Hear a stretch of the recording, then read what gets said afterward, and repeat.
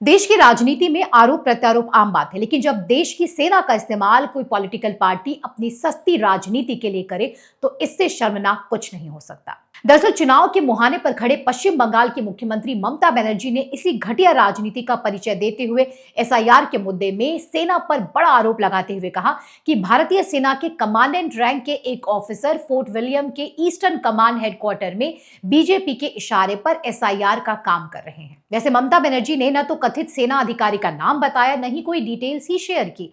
इसके बिना ही इतना बड़ा दावा कर दिया कि सेना के ये अधिकारी राज्य में बीजेपी के इशारे पर एसआईआर के लिए काम कर रहे हैं। सवाल ये कि अगर ममता बनर्जी इतना बड़ा आरोप किसी सेना के अधिकारी पर लगा रही हैं तो लगे हाथों नाम भी बता देती, तब तो आपके दावे को सही माना जाता। ऐसे में ये बयान उनकी राजनीतिक बौखलाहट और एडमिनिस्ट्रेटिव फेलियर को छिपाने की एक और घटिया कोशिश है।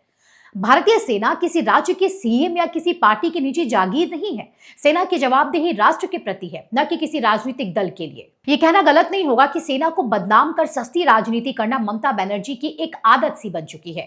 इससे पहले भी ममता बनर्जी ने सेना के खिलाफ कई बार बेसलेस बयान दिए हैं।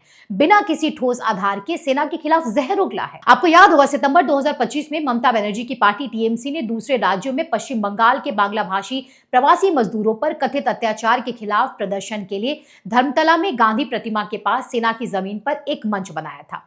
उस मंच पर कई दिन आंदोलन चले, लेकिन जब तय समय सीमा खत्म हो गई तो सेना ने उसे हटा दिया था। इस मामले को तूल देते हुए ममता बनर्जी ने अपना गुस्सा केंद्र सरकार पर सेना के मिसयूज करने का आरोप लगाया था, जबकि सच ये था कि जिस जगह पर टीएमसी अपना प्रदर्शन कर रही थी वो सेना की जमीन थी, जहां 2 दिन से ज्यादा समय तक प्रदर्शन करने के लिए रक्षा मंत्रालय की परमिशन लेनी होती है।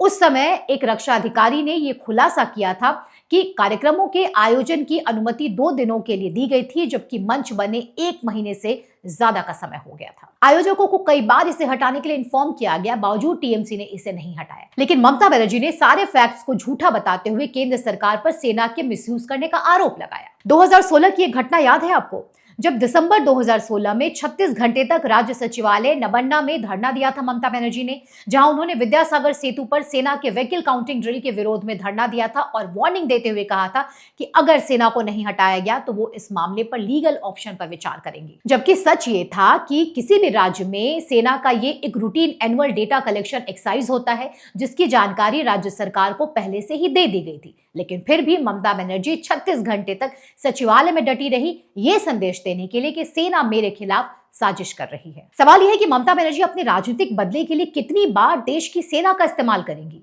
क्या 3 बार बंगाल की मुख्यमंत्री रह चुकी ममता बनर्जी को यह नहीं पता है कि चुनाव आयोग एक इंडिपेंडेंट कॉन्स्टिट्यूशनल बॉडी है? एसआईआर इसी चुनाव आयोग का एक ड्राइव है और सेना का उपयोग केवल इमरजेंसी सिचुएशन और इंटरनल सिक्योरिटी में किया जाता है। किसी भी राजनीतिक पार्टी या राज्य सरकार के कहने पर सेना न तो चुनाव में हिस्सा लेती है और न ही किसी राजनीतिक एजेंडे का हिस्सा बनती है। सेना का काम है बॉर्डर की सुरक्षा करना, आतंकवाद से लड़ना, न कि राजनीतिक पार्टियों के लिए काम करना। दरअसल ममता बनर्जी और उनकी पार्टी टीएमसी हाल ही में हुए ईडी की रेड से बौखला चुके हैं। ऐसे में हर रोज नया पैंतरा ममता बनर्जी एंड टीम की ओर से चलाया जा रहा है ताकि पूरे मुद्दे से जनता और मीडिया का ध्यान डाइवर्ट किया जा सके। खासकर चुनाव से पहले वैसे भी एसआईआर को लेकर ममता बनर्जी कई बार सड़क पर उतरकर प्रदर्शन कर चुकी हैं, चुनाव आयोग को धमकी दे चुकी हैं, झूठे दावे कर बीएलओस की मौत को मुद्दा बनाकर एसआईआर पर सवाल उठा चुकी हैं। और हाँ, इस काम के लिए ममता बनर्जी की पार्टी के कुछ खास चेहरे हैं जिनका इस्तेमाल वो करती रही हैं, क्योंकि ममता दीदी ये जानती हैं कि कुछ भी बोलकर वो अपनी इमेज को खराब नहीं करेंगी। टीएमसी के एक ऐसे ही नेता है कुणाल घोष, जो एसआईआर पर वोटरों में भ्रम फैलाने की कोशिश कर रहे हैं। हाल ही में कुणाल घोष ने चौरंगी एसआईआर कैंप का दौरा करने के बाद ये आरोप लगाया है कि चुनाव आयोग उन वोटर्स का नाम हटाकर उन्हें परेशान कर रहा है जो सुनवाई में उपस्थित नहीं हुए। अब देखिए, ममता बनर्जी की पार्टी के नेता कुणाल घोष को इतना भी नहीं मालूम है कि जिन लोगों ने सुनवाई में हिस्सा ही नहीं लिया उनके नाम हटाना नियमों के तहत और पूरे प्रोसेस के साथ किया जाता है, न कि किसी वोटर को परेशान करने के लिए। कुल मिलाकर ममता बनर्जी और उनकी पार्टी के नेता बीजेपी का विरोध करने के लिए अब साम दाम दंड भेद की नीति अपना रहे हैं। इसके लिए चाहे एसआईआर को बदनाम करना पड़े, चाहे देश की सेना पर ही सवाल क्यों न उठाना पड़े। लेकिन सवाल ये कि क्या ममता बनर्जी ने सेना पर इतने बड़े आरोप लगाने से पहले ये नहीं सोचा कि इससे जवानों के मनोबल पर कितना असर पड़ेगा, देश की छवि को कितना नुकसान पहुंचेगा? अरे दीदी, राजनीति अपनी जगह है, लेकिन सेना को अपने राजनीतिक फायदे के लिए इस्तेमाल करना, अपने विरोधियों को नीचा दिखाने के लिए सेना पर कंट्रोवर्सी करना कितनी शर्मनाक हरकत है। आपकी लड़ाई बीजेपी और मोदी से है तो तर्कों के साथ लड़िए, मुद्दों पर बहस कीजिए, लेकिन सेना को सियासी मोहरा मत बनाइए। दरअसल ममता बनर्जी की भाजपा चुनाव आयोग और सेना पर इस बौखलाहट को समझा जा सकता है, क्योंकि उन्हें लगता है कि वो राज्य की सीएम है तो राज्यों में कहीं भी कुछ भी कर सकती हैं, कुछ भी बोल सकती हैं। लेकिन जब बात देश की सेना की हो तो सवाल पूछना बनता है, चाहे वो किसी राज्य का मुख्यमंत्री ही क्यों ना हो।